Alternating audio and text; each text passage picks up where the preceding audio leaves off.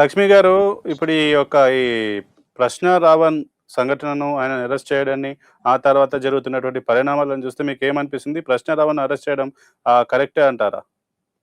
100కి 200% correct sir. ఎందుకంటే ఈ ప్రశ్న రావణ్ అలియాస్ జోసెఫ్ అనే అతను ఆయన పిలిచింది ఒక దళిత మీటింగ్ కి పిలిచినప్పుడు ఆ మీటింగ్ కి సంబంధించి మాట్లాడాలి తప్పితే ఆయనకి నోటికి వచ్చినట్టు సీఎం చంద్రబాబు నాయుడు గారిని అలాగే మన ఆంధ్రప్రదేశ్ డిప్యూటీ సీఎం శ్రీ పవన్ కళ్యాణ్ గారిని మాట్లాడడం అనేది ఎంత వరకు కరెక్ట్ కాదు.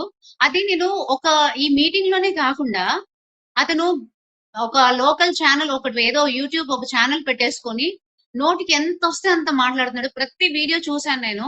అసలు అంత మాట్లాడాల్సిన అవసరం లేదు. మీకు ఎంత హేట్ రేట్ ఉన్నా గానీ ఒక డిప్యూటీ సీఎం హోదాలో ఉన్న మనిషిని మీరు నోటికి వచ్చినట్టు మాట్లాడే హక్కు రాజ్యాంగంలో ఎవ్వరికీ లేదు. అందుకే క్లియర్ గా పవన్ కళ్యాణ్ గారు చెప్పారు, ఎవరైతే అసభ్యంగా మాట్లాడతారో మీరు మాట్లాడితే మీరు ఒక పాయింట్ మీద రేస్ చేయండి, కానీ నోటికి ఎంత వస్తే అంత మాట్లాడే రైట్స్ ఎవరికీ లేవు. బూతులు తిడుతున్నారు, ఇష్టం వచ్చినట్టు మాట్లాడుతున్నారు. అలాగే ప్రకాష్ రాజ్ గారు ఇప్పుడు కాదండి, ఒక తిరుపతి లడ్డు మీద అట్లనే ఆయన మాట్లాడారు. మళ్ళీ మన సనాతన ధర్మం గురించి కూడా నోటికి వచ్చినట్టు మాట్లాడారు, ఆయన ఏం తెలియకుండానే. ఈ రోజు మళ్ళీ ఆ ప్రశ్న రావణ్ అలియాస్ జోసెఫ్ గురించి సపోర్ట్ చేస్తూ మాట్లాడారు. అది ఏమాత్రం కరెక్ట్ కాదని నేనైతే అనుకుంటున్నాను. అది చాలా తప్పండి. ఎందుకంటే ఇక్కడ ప్రజలు ఎవరు, మేము జన సైనికులు, మేము కూడా తలుచుకుంటే ఏమైనా మాట్లాడచ్చు, కానీ మా అధినేత మాకు అలా నేర్పించలేదు. మేము అలా మాట్లాడట్లేదు. నోట్లో ఏం పెట్టుకున్నావు, కంటికి పచ్చ కామెరలు వచ్చాయంటే నీ కళ్ళ సత్యవరం వచ్చిందని మేము కూడా మాట్లాడతాం, మాకు వస్తే మాటలు. కానీ మా అధినేత అలా నేర్పించలేదు, కానీ మేము కంట్రోల్డ్ గా మాట్లాడుతున్నాం.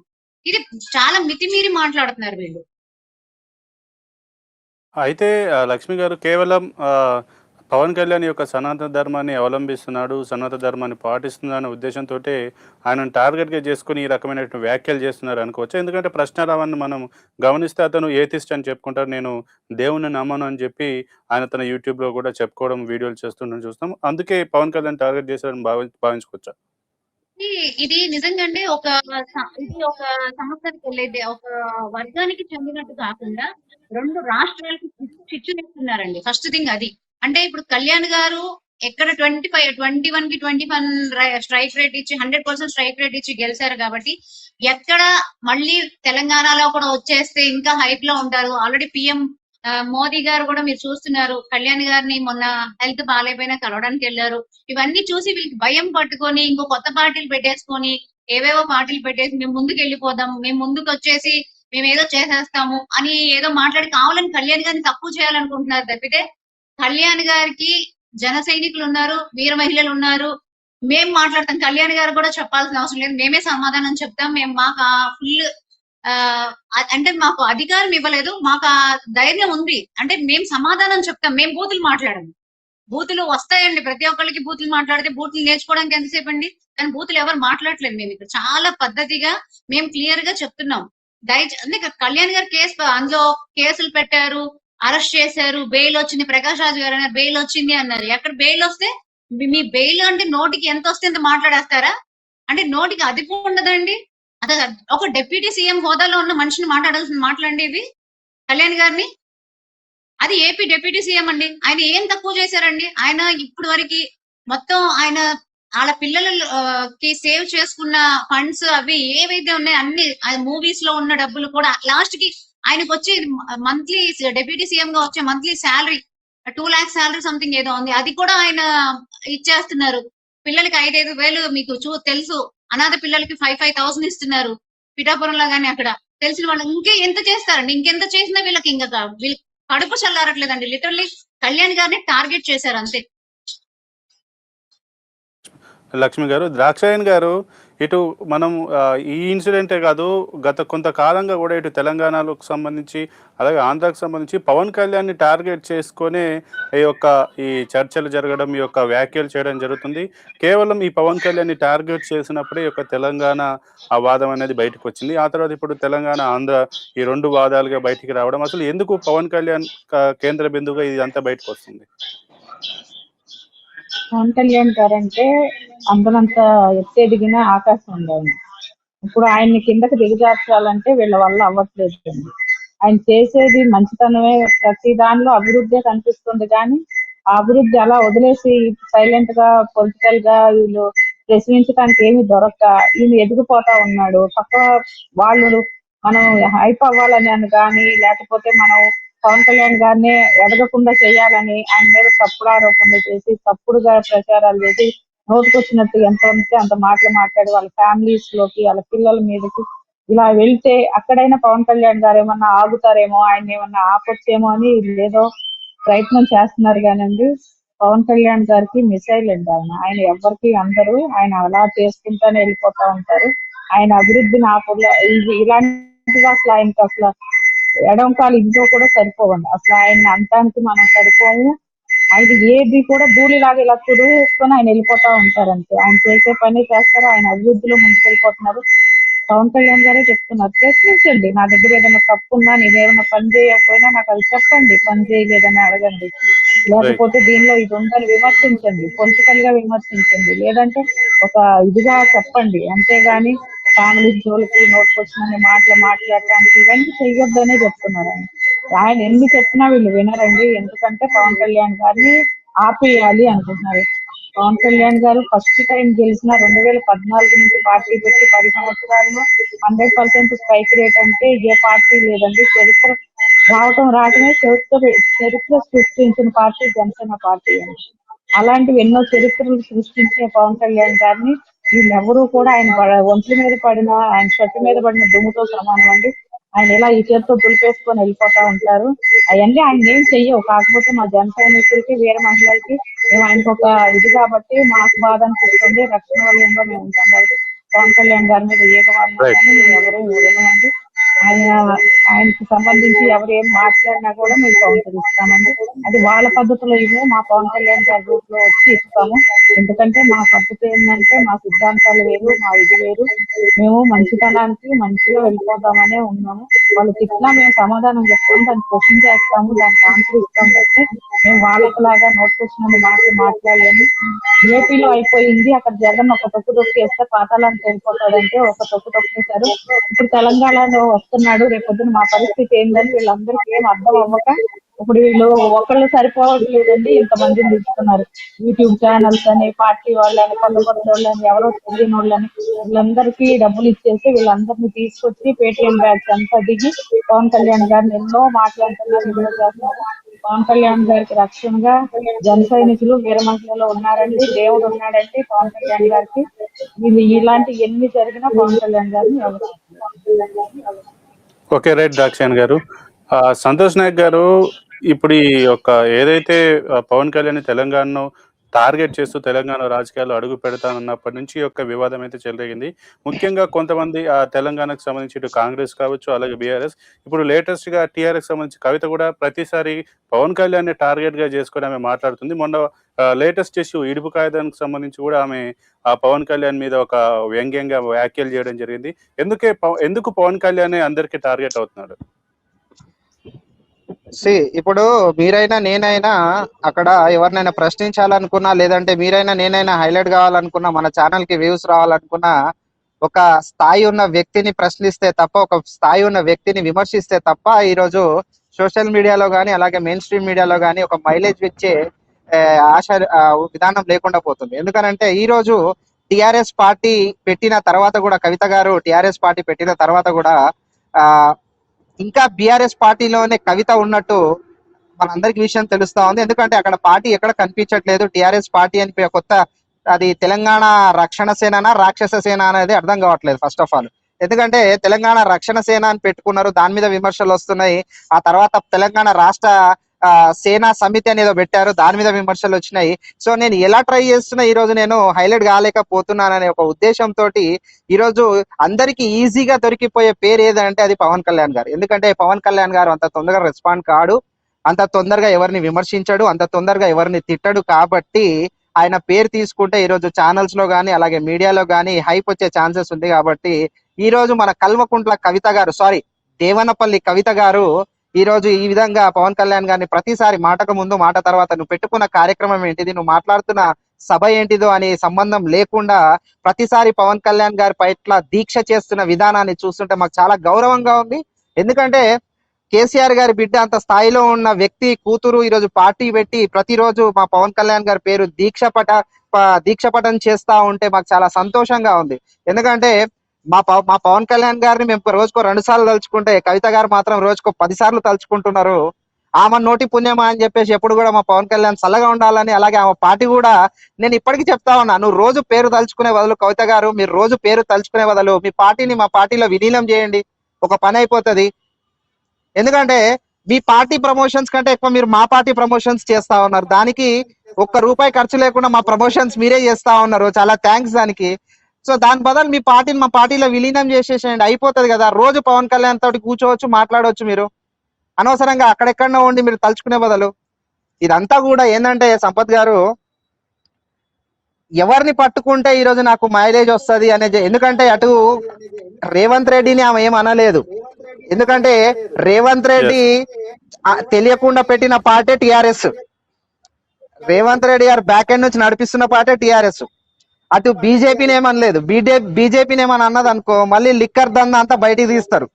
ఎందుకంటే అటు నోరు మెల్పలేదు. తర్వాత తండ్రిని అన్నని ఏమనలేదు. తండ్రిని అన్నని ఏమని అంటే మళ్ళీ పెద్ద కొట్లాట అయిపోతుంది. ఇప్పుడు ఎవరు ఉన్నారు తెలంగాణలో? ఎవరు ఉన్నారు అంటే కొత్తగా తెలంగాణలో పేరు వినిపిస్తున్న పార్టీ పవన్ కళ్యాణ్ గారి పార్టీ పేరు జనసేన పార్టీ. అంటే ఆమె అనుకుంటుంది తెలంగాణలో జన సైనికులు ఎవరు లేరు, పార్టీ పెద్దలు ఎవరు లేరు, ఏదైనా చేస్తే మేమే చేసుకోవాలా, ఎందుకంటే మా అయ్య స్థాపించిన తెలంగాణ పార్టీ. సో ఏదైనా చేస్తే మా వాళ్ళే ఉంటారు, అంతా మేమే ఉంటాం అని అనుకుంటుంది. కానీ ఆమెకు తెలియని విషయం ఏంటంటే ఆంధ్ర కంటే ఎక్కువ తెలంగాణలోనే జనసేన పార్టీ ఫ్యాన్స్ ఉన్నారు. అండ్ కరుడు గట్టిన ఫ్యాన్స్ జనసేన పార్టీకి తెలంగాణలోనే ఉన్నారనే విషయాన్ని మరొక్కసారి మీ ఛానల్ ద్వారా నేను కవిత గారికి తెలియజేస్తున్నా. ఇంకొక విషయం సంపత్ గారు, మీ ద్వారా కవిత గారి పట్ల నాకు చాలా బాధాకరమైన విషయాన్ని మీకు తెలియజేస్తున్నాను. ఆమె ఉప్పల్ బగాయత్ కోసం అని వెళ్ళి అక్కడ ఎంతో కష్టపడి అరెస్ట్ అయిన విధానము చాలా బాధాకరము. సో ఆమె తొందరగా కోలుకోవాలని, ఆమెకు చాలా దెబ్బలు తగిలినాయి. నిన్న చూసిన వీడియోస్ చాలా దెబ్బలు తగిలినాయి. ఆమె తొందరగా కోలుకోవాలని చెప్పి మనస్ఫూర్తిగా జనసేన పార్టీ నుంచి ప్రతి ఒక్కరు మేము కోరుకుంటున్నాం. ఎందుకంటే ఒక ఆడబిడ్డ, తెలంగాణ ఆడబిడ్డకి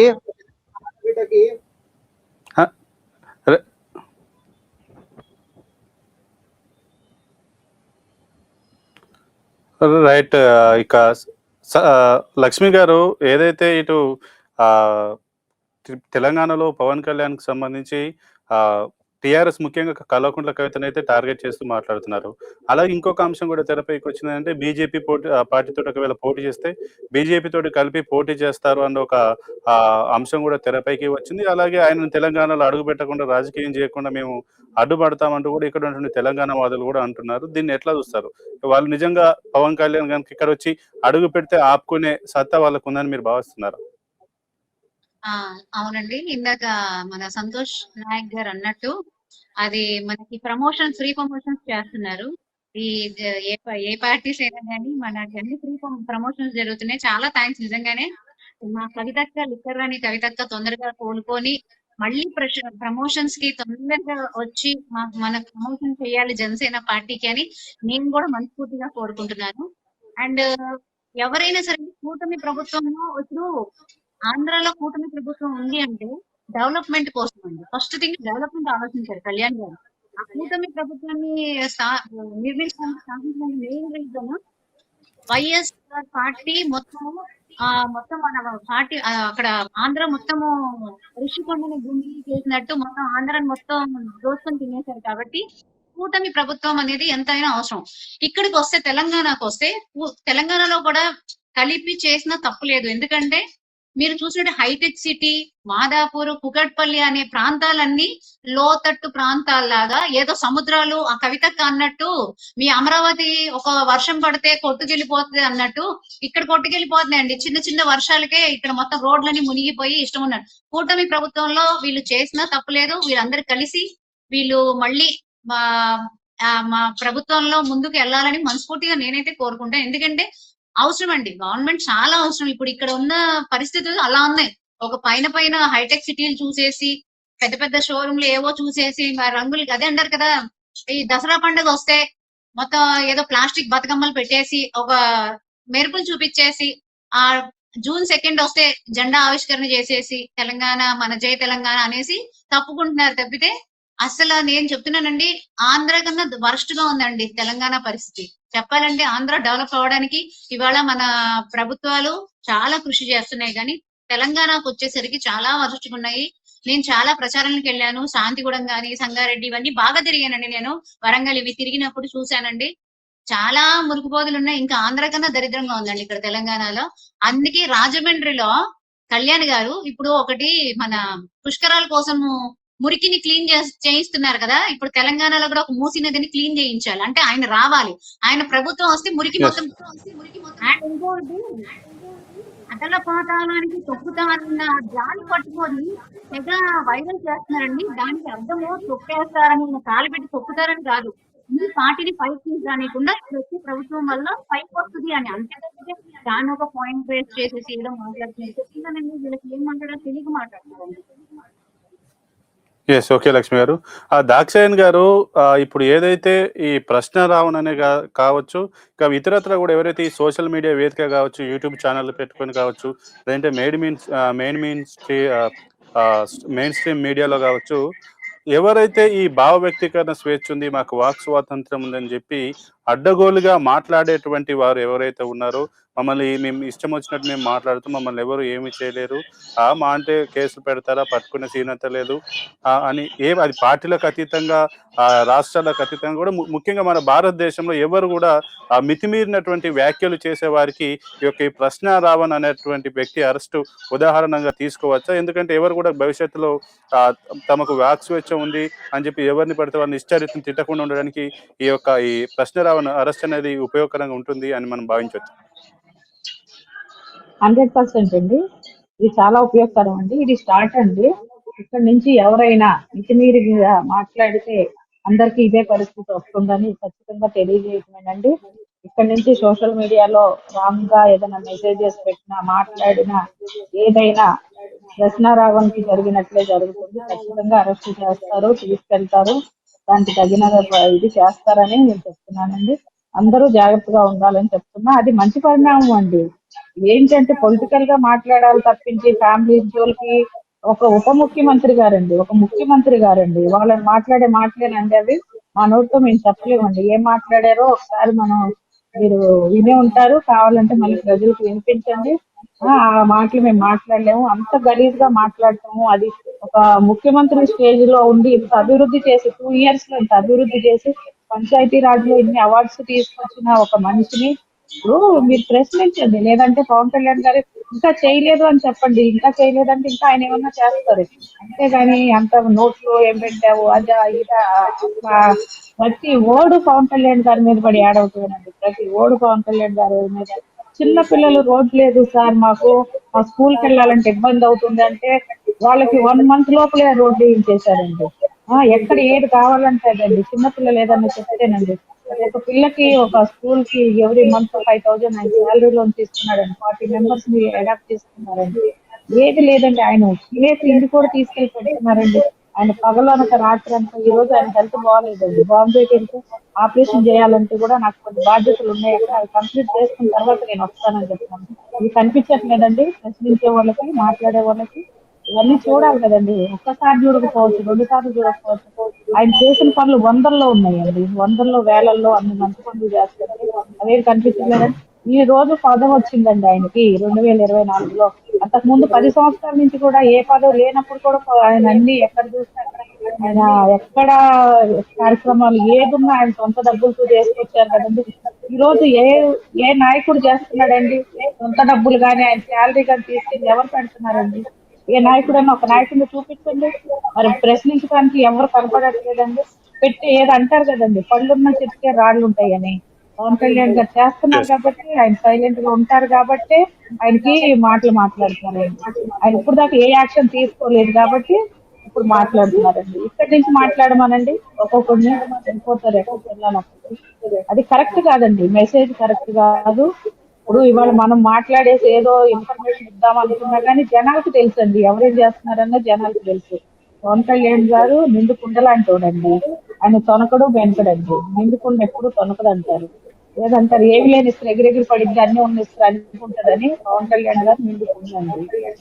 ఆయన ఎగిరే ఇది ఆకు Yes. కాదండి. పవన్ కళ్యాణ్ గారిని అంటే ఎవరు Correct. సరిపోరు. కానీ ఇది కరెక్ట్ అండి. కృష్ణారావుని అరెస్ట్ చేయడం కరెక్ట్ మెసేజ్ అండి. చెయ్యాలండి ఇలాంటివి ఎంతమంది చేసినా చెయ్యాలి, చేస్తేనే ముందు ముందు ఇలాంటివి జరుగుతుంది. ఓకే, రైట్ దాక్షాయణి గారు.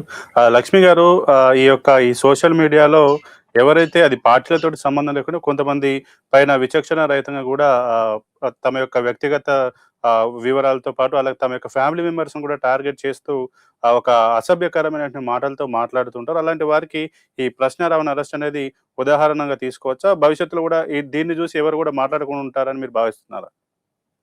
ఎవ్వరొచ్చినా అండి కళ్యాణ్ గారు ఒకటే చెప్పారు, తప్పు చేసినప్పుడు నన్ను కూడా క్షమించొద్దు, తప్పు చేసే ఎవరికైనా శిక్ష పడాల్సిందే అని ఫస్ట్ ఇప్పుడు కాదు ఎప్పుడో చెప్పారు కళ్యాణ్ గారు. ఇలాంటి వాళ్ళు వస్తూనే ఉంటారండి, పుడుతూనే ఉంటారండి. ఎందుకంటే వీళ్ళు ఒక పేటిఎం బ్యాచ్ అండి. నేనైతే చెప్తున్నాను పేటిఎం బ్యాచ్. ఎందుకంటే ఒకరి తర్వాత ఒకరు స్టార్ట్ అవుతున్నారు. మీరు గమనించారు లేదో, అక్కడ ఆంధ్రలో డైమండ్ రాణి నుంచి ఇక్కడికి వచ్చేసరికి మళ్ళీ ఒక ఓయూ నుంచి మళ్ళీ ప్రొఫెసర్ నాగేశ్వరరావు బ్యాచ్ గాని, దాని తర్వాత మళ్ళీ కవిత గారు, దాని తర్వాత ఈ ప్రకాష్ రాజ్ గారు, మళ్ళీ రామ్ అనేవారు, వీళ్ళందరూ పుట్టుకొస్తున్నారండి, పుట్టుకొస్తూనే ఉంటారండి. అదే కలుపు మొక్కలు పీకేస్తారు కదండి, ఉంటే పొలాల్లో కలుపు మొక్కలు, ఈ కలుపు మొక్కల్ని పీకుందరండి బోర్డు పుడుతూ ఉంటాయి. ఇది పీకాలంటే సమయం పడుతుంది. డెఫినెట్ గా వీళ్ళకి రాబోయే ఎలక్షన్స్ లో పోటీ చేసి వీళ్ళకి కరెక్ట్ సమాధానం కళ్యాణ్ గారు ఇస్తారు అని మనస్ఫూర్తిగా కోరుకుని మేము కూడా అంతే కృషిస్తాం. ఓకే, రైట్ లక్ష్మి గారు, దాక్షాయణి గారు. ఈ యొక్క చర్చా కార్యక్రమంలో పాల్గొన్నందుకు మరొకసారి మీకు ధన్యవాదాలు. ఇక ఏదేమైనా మాకు వ్యక్తిగత స్వేచ్ఛ ఉంది, భావ ప్రకటన స్వేచ్ఛ ఉంది, వాక్ స్వాతంత్రం ఉందని చెప్పి ఎవరికి వారికి వచ్చినట్టుగా ఇష్టారీతిగా చట్టాన్ని చేతిలోకి తీసుకునే విధంగా పరుష పదజాలతో, వ్యక్తిగత దూషణలతో వారిని, వారి కుటుంబ సభ్యులను కూడా ఈ యొక్క సామాజిక మాధ్యమాలలో ఎవరైతే విచక్షణ రహితంగా మాట్లాడుతూ ఉన్నారో, వారి యొక్క వ్యక్తిగత భద్రతకు భంగం కలిగించే విధంగా, పరువుకు భంగం కలిగించే విధంగా ఎవరైతే దూషణలు చేస్తున్నారో వారినైతే సభ్య సమాజంలో ఖచ్చితంగా ఆ చట్ట ప్రకారం శిక్షించాల్సిందే. అది ఎవరైనా, నేనైనా, మీరైనా, ఎవరైనా కావచ్చు.